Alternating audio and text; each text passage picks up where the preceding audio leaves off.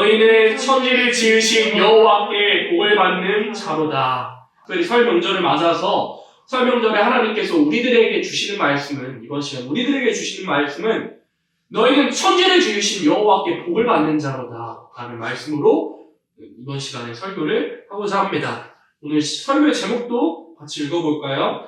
예수님만 섬기는 신앙의 복된 가정. 오늘 설교의 제목은 예수님만 섬기는 신앙의 복된 가정이라는 설교의 제목으로 말씀을 전하고자 합니다. 세상에서도 뭐는 뭐보다 진하다? 피는 물보다 진하다. 고슴도치도 지식이 이뻐한다. 뭐라고요? 자기 새끼 이뻐한다. 고슴도치도 제 자식이 제일 곱다. 좀 맞는 말 했어요. 조금 헷갈렸는데 팔은 어디로 굽어요? 안으로 굽죠. 항시 퀴즈 잘 알고 계시는데 가정에 관한 세상에서도 피는 물보다 진하다 합니다. 고슴도치도 제 자식이 제일 곱다 합니다. 팔은 밖으로 굽지 않고 안으로 굽습니다. 자기 자식, 자기 자녀, 자신의 부모, 자신의 동생, 형제, 자매가 세상에서도 가장 중요하다 합니다. 가정이 참 중요합니다. 세상에서도 이런 말이 있습니다. 세상을 구하려면 가정이 바로 서야 된다고 많은 사람들이 그렇게 말합니다. 가정이 참 중요합니다. 가정이 없이는 뭐가 이루어질 수 없죠? 사회가 이루어질 수 없습니다. 건강한 남녀가 만나가지고 가정을 이루고, 가정이 이루어지고, 가정이 모여서 교회가 이루어지고, 교회가 모이고 모여서 뭐가 이루어지나요? 사회가 이루어집니다. 사회가 모이고 만나서 국가가 이루어지고, 국가가 모이고 모여서 이 세계가 만들어지게 됩니다. 그래서 세계가 바로 되려면요, 가장 첫 시작점이 뭐예요? 가정입니다. 그래서 공산주의가 가정을 무너뜨리려고 하는 것이고, 교회를 무너뜨리려고 하는 겁니다. 공산주의는요, 모든 경계를 허물려고 해요. 다 니께 내 거고 내께 네 거다 라고 주장하는 공산주의, 모든 경계를 허물려면 뭘 허물어야겠어요? 가정부터 허물어야 되는 겁니다. 그래서 우리가 무엇보다 신앙의 복된 가정을 이루어야 되는데, 성경에서는 어떤 신앙의 복된 가정을 말하고 있냐면, 첫 번째로 하나님이 신뢰하는 가정이 신앙의 복된 가정이라는 것을 우리가 알아야 됩니다. 그럼 여러분들에게 가장 소중한 것이 무엇인가요? 실제 여러분들이 가장 소중한 것 하나씩만 말해보세요. 여러분들이 가장 소중한 것, 지금 생각나는 것 뭐가 있어요? 뭐가 있어요? 가장 소중한 것. 가족이 소중합니다. 가족 여러 가지가 있겠죠. 여기 예시 생각 안 나실 것 같아요. 예시 하나 들었습니다. 첫 번째 그림은 핸드폰이 있습니다. 핸드폰 있고, 두 번째는 뭐가 있나요? 강아지, 고양이, 반려동물이 있습니다. 세 번째는 친구가 될 수 있고, 네 번째는 돈이 될 수도 있고, 다섯 번째는 가족이, 잘 말해주신 것처럼 가족이 될 수도 있습니다. 또 음식이 될 수도 있고요. 자신의 몸이 될 수도 있습니다.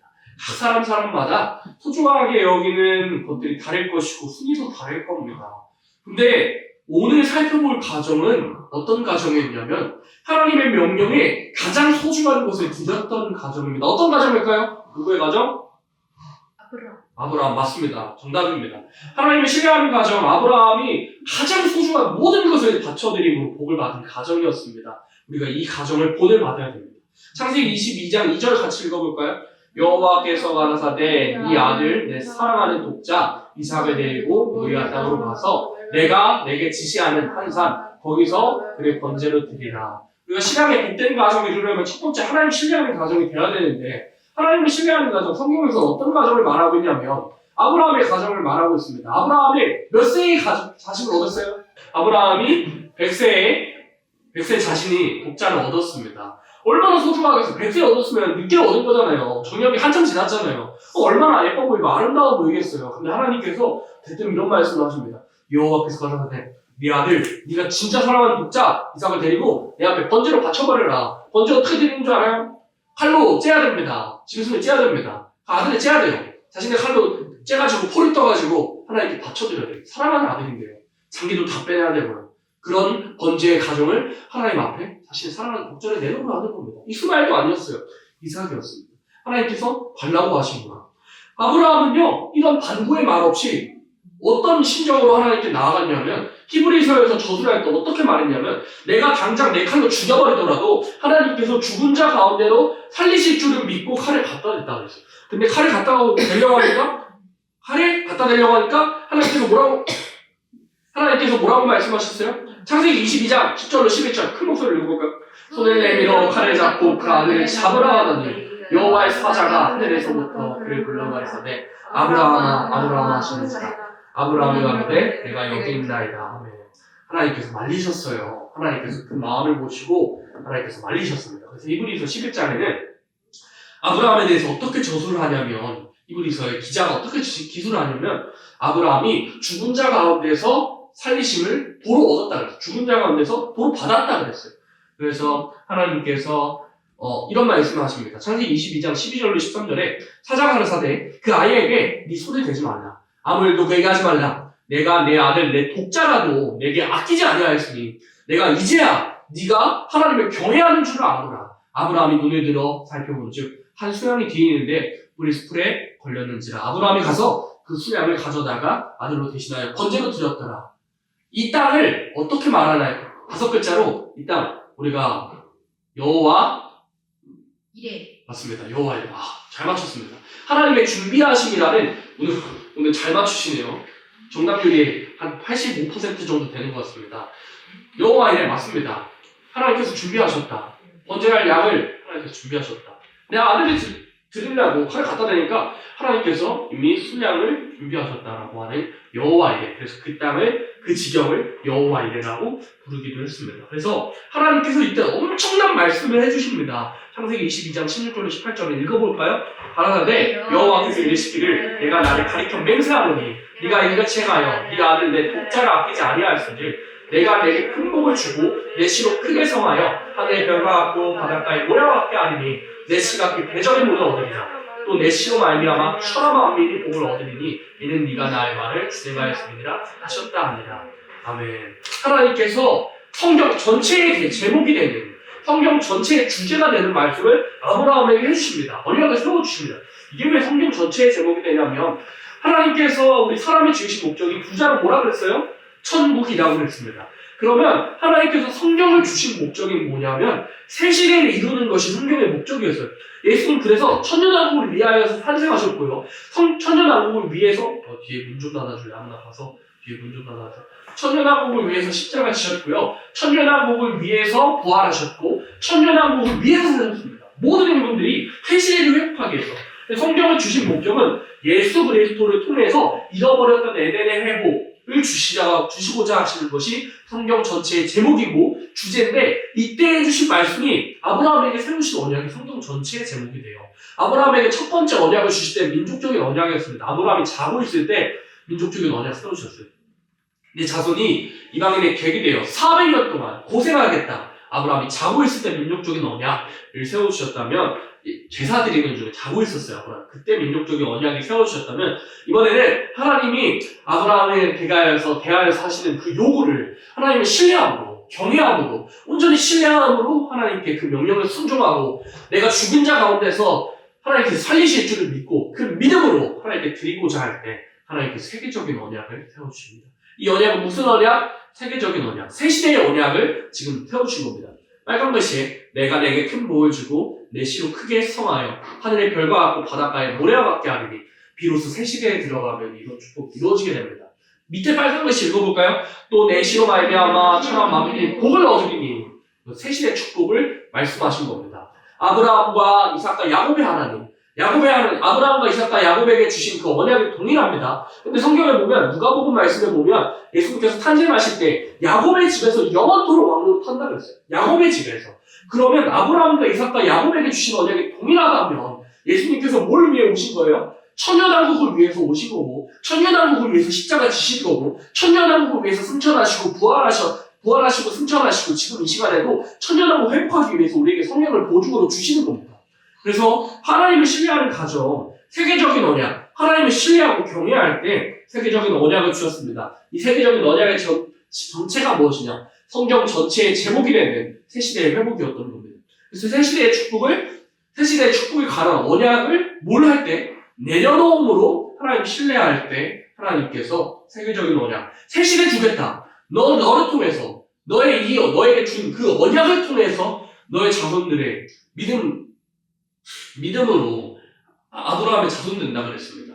믿음으로 아브라함 된 그 자손들에게 하나님 잘 경외하고 너처럼 하나님 잘 경외하는 자들에게 그 시대 축복 허락하겠다 하는 그 언약을 어떨 때 내려놓으면 하나님 신뢰할 때 주셨더라 이겁니다. 그럼 동일하게 우리도 어떤 가정이 되어야겠어요? 하나님 신뢰하는 가정. 하나님 어떠한 요구에도 하나님 어떠한 말씀과 명령에도 이런 방법의 말 없이 내가 가장 소중한 것이라도 드리겠습니다.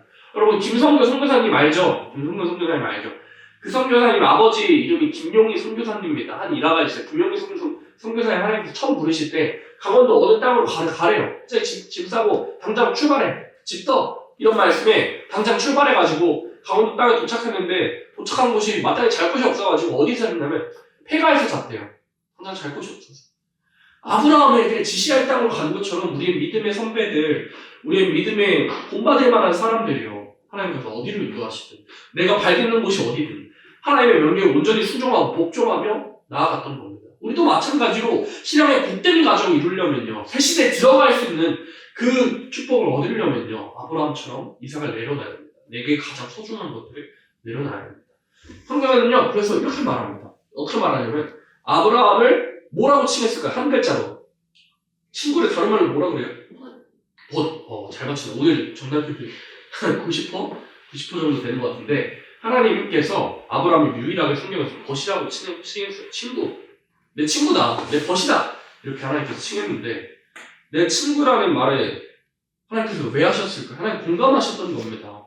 아브라함이요. 이삭 드릴 때 얼마나 마음이 찢어졌겠어요. 독자인데 얼마나 찢어졌겠어요. 그럼 하나님도 그러겠죠. 하나님도 예수님 보내실 때 마음이 찢어졌을 겁니다. 예수님께서 돌아가실 때요. 우리 성가에도 있잖아요. 밝은 해가 그 빛의 기능을 못했습니다.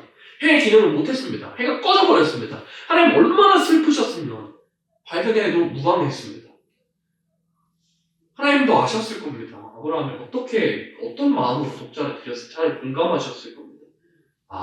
그래서 아브라함을 벗이라고 칭했던 거죠. 그래서 우리가 어떤 가정이 되어야 되냐.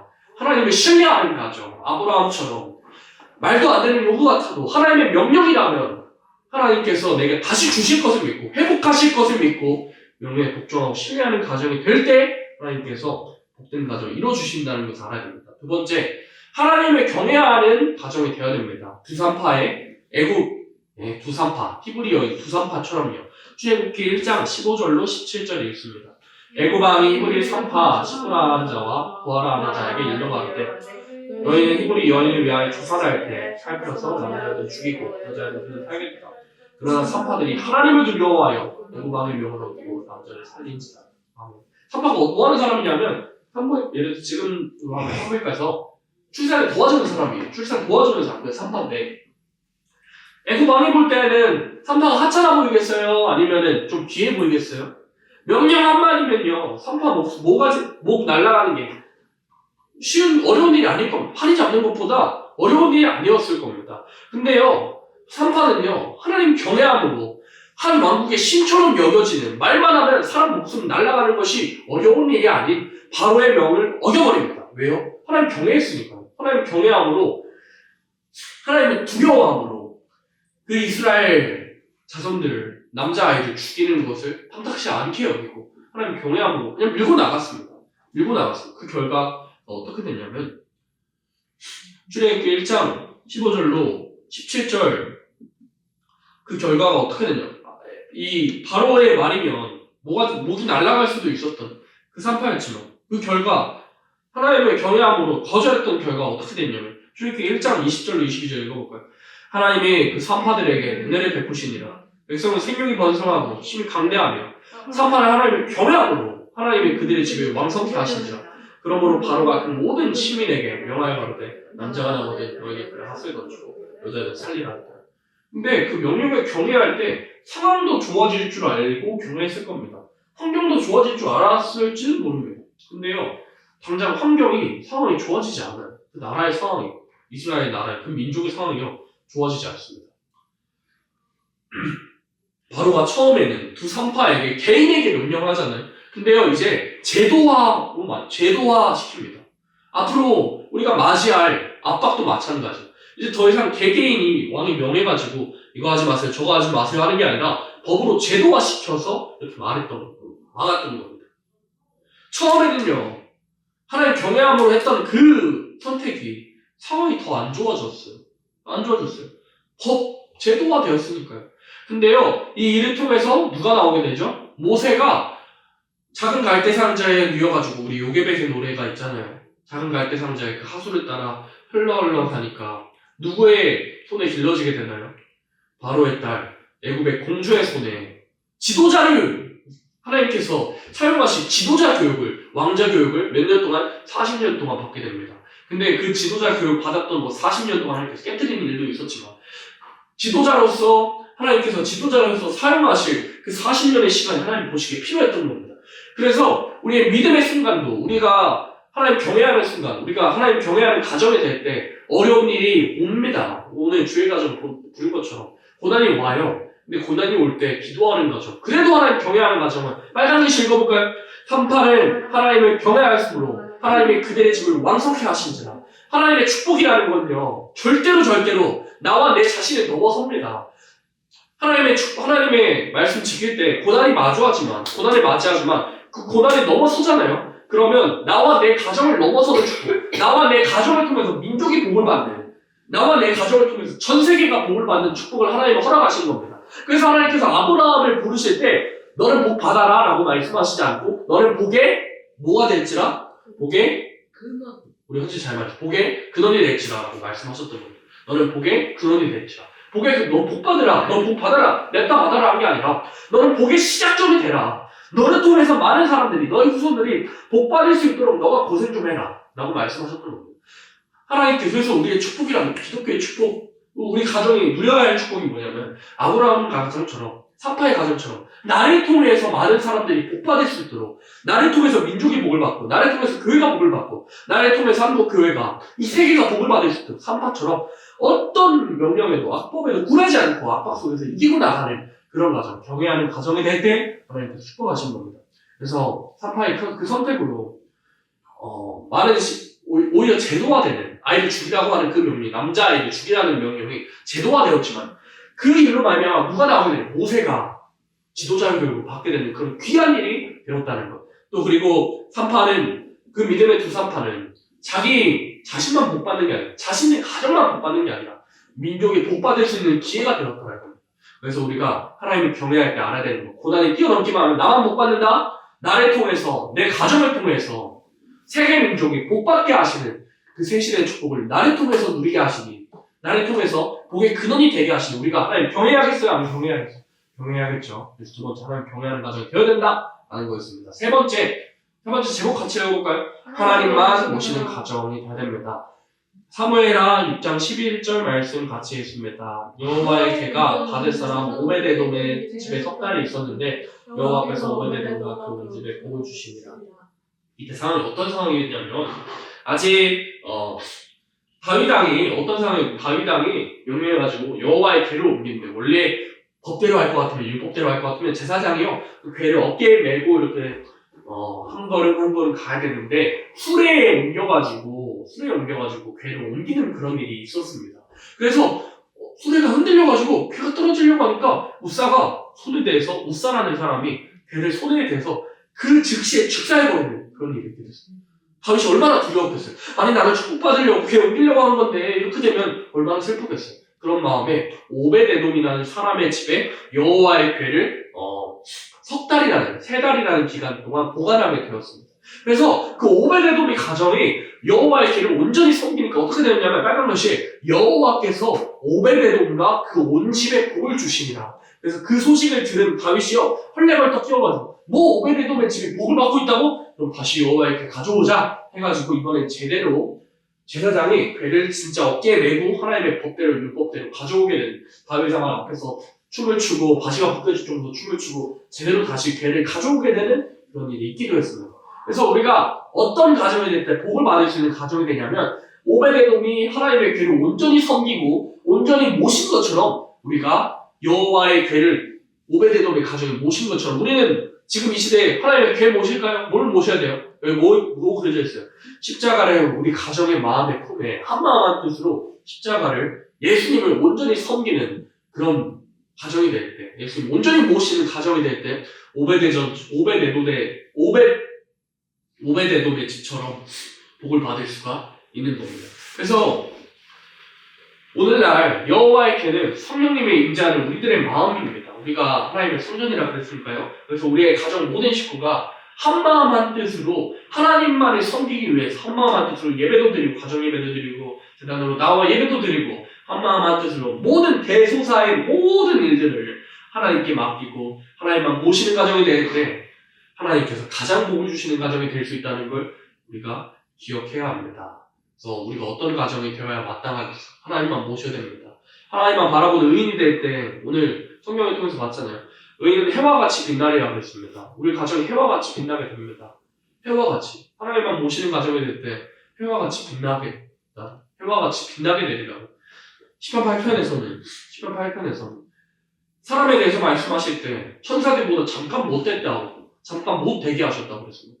천국에 가면 천사들이 나아요? 우리 사람이 나아요?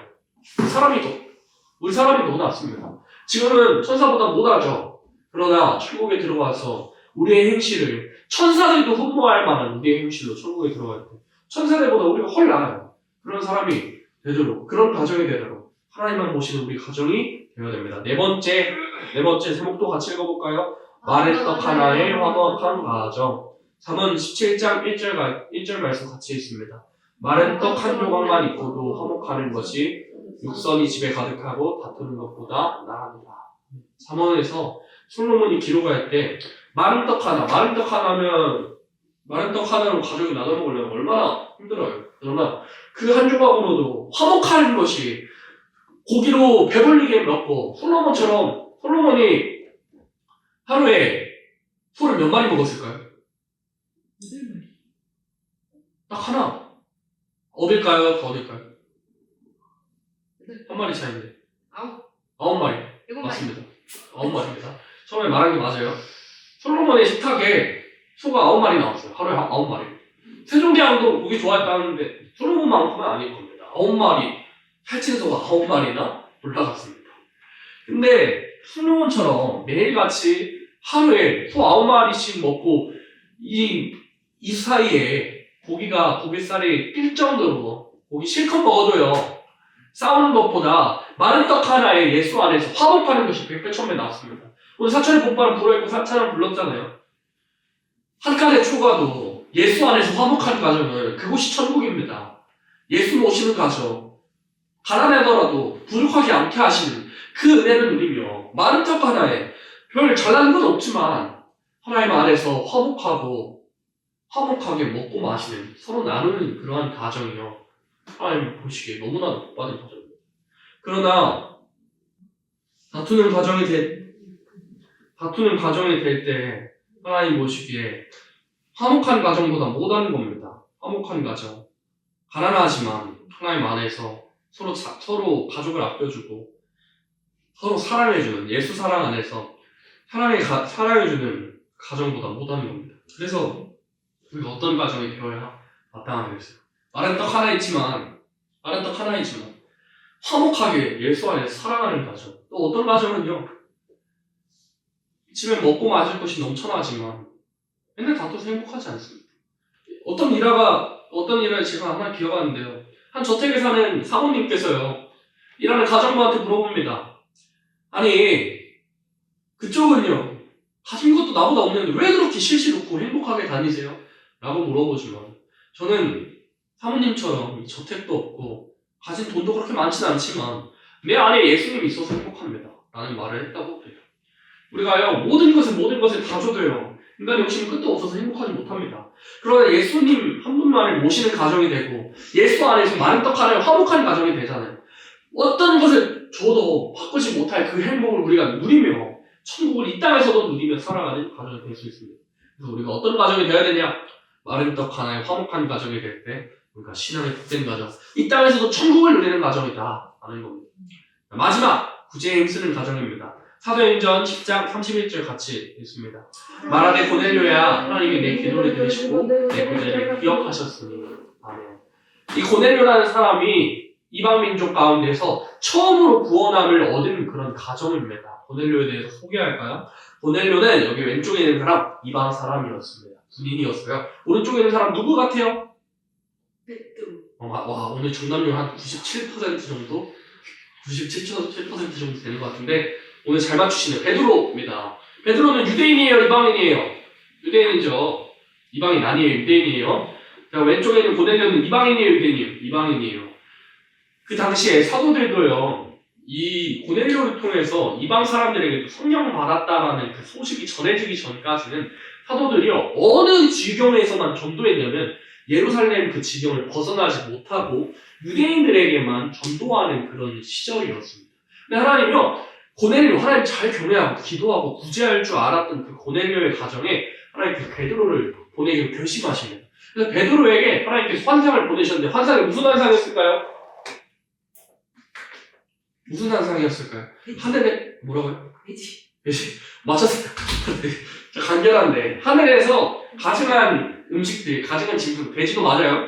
돼지도 있고 뭐 뱀도 있고 뭐 먹지 말아야 할 뭐 쥐고기 이런 것들이 있었을 겁니다. 내려오는데 하나님께서 너 그거 잡아먹어. 베드로 너 잡아먹어. 이렇게 명령하십니다. 베드로가 어떻게 말했을까요? 하나님, 저는 어려서부터 이런 음식을 알지 못합니다. 저는 부정한 음식 먹지 못하겠어요. 그럼 거절하니까 3번이나 더 내려오는 일이 있고 나서 하나님께서 이렇게 말씀하십니다. 내가 깨끗하다고 말하는 것을 너가 부정하게 생각하지 마. 이렇게 명령하시고 하나님께서 천사를 이끌어내가지고 고넬료의 가정에 임하게 하시니까 고넬료가 말씀을 전하니까 그 가정에 성령이 임하고 세례까지 받게 되는 그런 일이 됐습니다. 그래서 성령을 받고 구원의 첫 시작점이 되는, 이방인 중에 첫 시작점이 되는 가정이 어느 가정? 고넬료의 가정인데 그 고넬료의 가정이 구원함을 얻게 된 그 계기에는 무슨 계기가 있었냐면 고넬료가 구제에 힘쓰는 가정이었습니다. 나눠주기를 힘쓰고 어려운 사람 도와주고 기도하는 가정, 나눠주기를 힘쓰는 그런 가정이었습니다. 그래서 하나님께서 너의 구제를 기억하셨다. 고넬료야, 너의 구제를 기억하셨으므로 이방인 중에서 처음 구원함을 얻는 그 특권을 너에게 줄게! 라고 하신 겁니다. 그래서 우리가 구제하는 가정이 되어야 됩니다. 나눠주기를 힘쓰는 가정, 영적으로 육적으로 나눠주기를 힘쓰는 가정. 사도 바울이 이건 뭐라고 그랬어요? 주 예수께서 친히 말씀하신 바 주는 것이 받는 것보다 복이 있다 하시면 너희가 기억해야 할지니라 라는 말하고 또 이런 남기고 헤어졌다 그랬습니다. 사도 바울이 순교할 수 있도록 배송을 해줬다 그랬습니다. 사도행전 20장에서요. 그래서 히브리서 말씀에서도 같이 읽어볼까요? 오직 선의 행함과 서로 나눠주기 잊지 말라. 이 같은 데서는 하나님이 기뻐하십니다. 구제하는 가정이 될 때 하나님께서 그걸 뭘로 여겨버리신다? 제사로 여겨버리신다.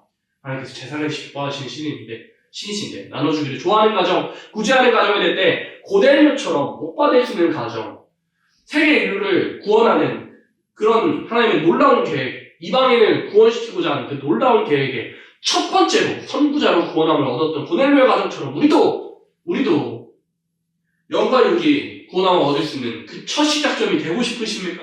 그럼 구제하는 가정이 되기를 힘써야 됩니다. 구제하는 가정, 주기를 좋아해야 돼요. 주기를 좋아하는 가정이 될 때 하나님께서 갚으시고 고넬료의 가정처럼 구원함을 주시는 우리 가정이 될 수 있는 겁니다. 마지막 말씀 시편 128편 1절 6절 같이 읽고 마칩니다. 여호와를 경외하며 그 도에 행하는 자마다 복이 있도다. 내가 내 손에 수고한 대로 먹을 것이라. 네가 복되고 형통하리로다. 내 집 내실에 있는 내 아내는 결실한 포도나무가 같으며 내 상에 듣는 자식은 어린 감람나무가 같으며 여호와를 경외하는 자는 이같이 복을 얻으리라. 여호와께서 시온에서 내게 복을 주실지어다. 내가 평생에 예루살렘을 복을 보며 내 자식을 볼지어다. 이스라엘에게 평강이 있을지로다. 아멘. 가정에게 주신 축복입니다. 여호와를 경외하고 그 도행하는 자마다 가정이요, 오늘 부른 찬양, 사철의 볼바람 그 찬양처럼 우리 손이 수고한 대로 복을 얻고 먹게 될 거라고 말씀하셨습니다. 여호와를 경외하는 자는 어떤 복을 얻느냐면 내 자식을 본다고 그랬어요.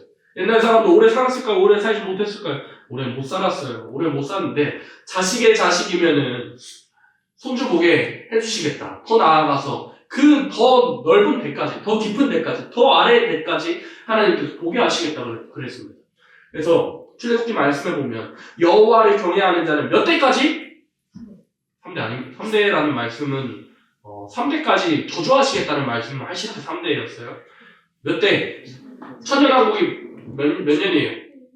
여호와를 경외하는 자는 1000대까지 복을 얻으리라고 했습니다. 1000대까지 복을 얻으려면 어디에서 들어가야 그 축복이 이루어져요? 새 시대 들어가면 1000대까지 복을 받는 그 축복이 이루어지게 되는데 하나님께서 여기서도 내 자식의 자식을 볼지어다라고 그렇게 축복하셨습니다. 그래서 이번 설을 맞이하여서 우리가 신앙의 복된 가정 되기를 우리가 힘써야 되는데 하나님을 신뢰하는 가정, 하나님 경외하는 가정, 하나님을 모시는 가정, 구제에 힘쓰는 그런 가정이 될 때 시편 128편에서 말씀하신 것처럼 수고한 대로 먹고 내 자식의 자식을 볼지어다 말씀하신 것처럼 천대까지 복을 받게 해주시겠다고 말씀하신 그 출애굽기의 약속의 말씀처럼 세시대의 축복을 우리를 보게 하시는 그런 가정이 모두 되게 해주시기를 우리가 굳게 믿고 우리의 모든 가정이 복받는 가정 되기를 예수님의 이름으로 축복합니다.